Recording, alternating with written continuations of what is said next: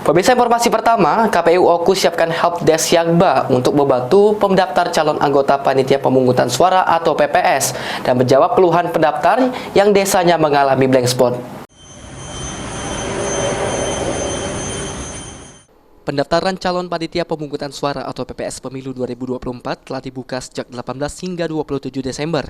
Komisi Pemilihan Umum Oku telah menggelar pendaftaran PPS secara daring melalui situs Sistem Informasi Anggota KPU dan Badan Ad Hoc atau Syakba pada tautan syakba.kpu.go.id.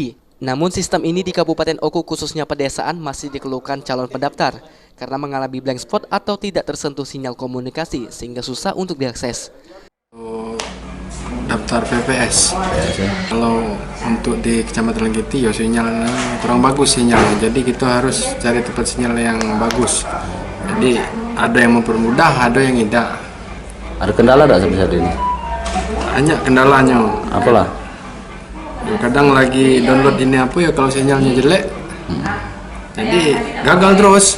Oke.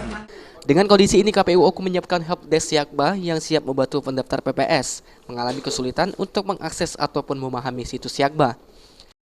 Kami belum bisa memantau lebih jauh, tapi sudah lumayan banyak. Ratusan masyarakat sudah berbondong-bondong di masing-masing kecamatan untuk masing-masing desa untuk ikut serta dalam rekrutmen PPS ini.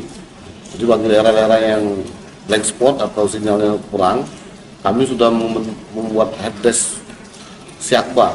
Jadi kita bisa membantu masyarakat yang tidak bisa mengakses Syakba ini, baik itu faktor sinyal maupun faktor kurang paham, bisa dibantu oleh helpdesk kita. Jadi bisa kita uploadkan, bisa kita daftarkan melalui helpdesk yang ada di KPU Oku. KPU Oku sendiri mengklaim jika minat masyarakat mendaftar PPS cukup tinggi, sistem seleksi PPS sendiri nantinya akan dilakukan 2 tahap, tertulis dan wawancara.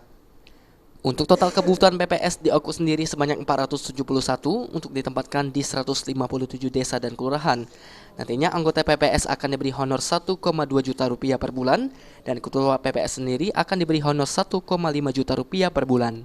Ari Pranika, PAL TV.